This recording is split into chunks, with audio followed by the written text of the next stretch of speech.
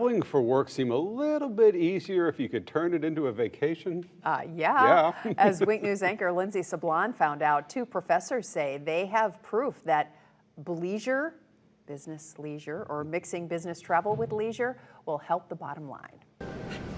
Jace Ramsey and Melanie Lawrence know a thing or two about travel.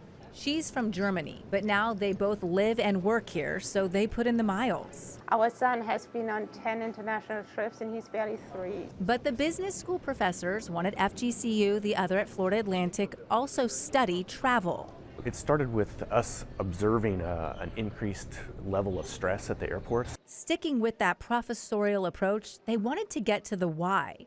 So they surveyed international business travelers at Hartsfield-Jackson in Atlanta and Sao Paulo in Brazil. Their questions focused on 3 categories: overall anxiety of a trip, stress about other passengers' behavior, and trust in the airline. What we found is that people are actually still most concerned about their bags being delayed.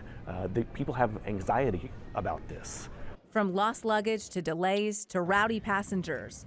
Why am I getting arrested though? I'm trying to figure out why I'm getting arrested though. All of this makes us more anxious than ever about flying. So these business professors honed in on improving business travel. Their solution? Turn a work trip into a vacation. Americans don't like to do that. They don't like to add on. They feel guilty adding a day on the front end or 2 days on the back end just to play.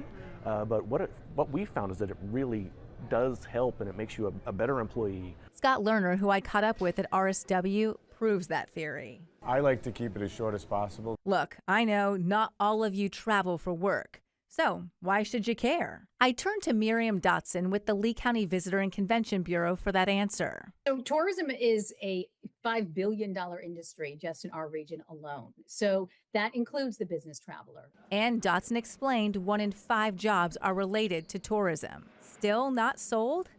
Tourism keeps your taxes low.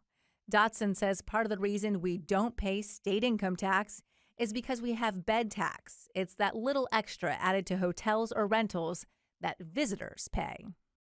As for the professor's pitch, they've released their findings. Now they want to start selling their idea to companies, and I asked them to let me know if one decides to try it. Back to you. All right, Lindsay, thanks. She mentioned the multiple stressors when it comes to flying. You want to know the number 1 stressor? Losing your luggage, because that will change the whole trip. Oh, yeah.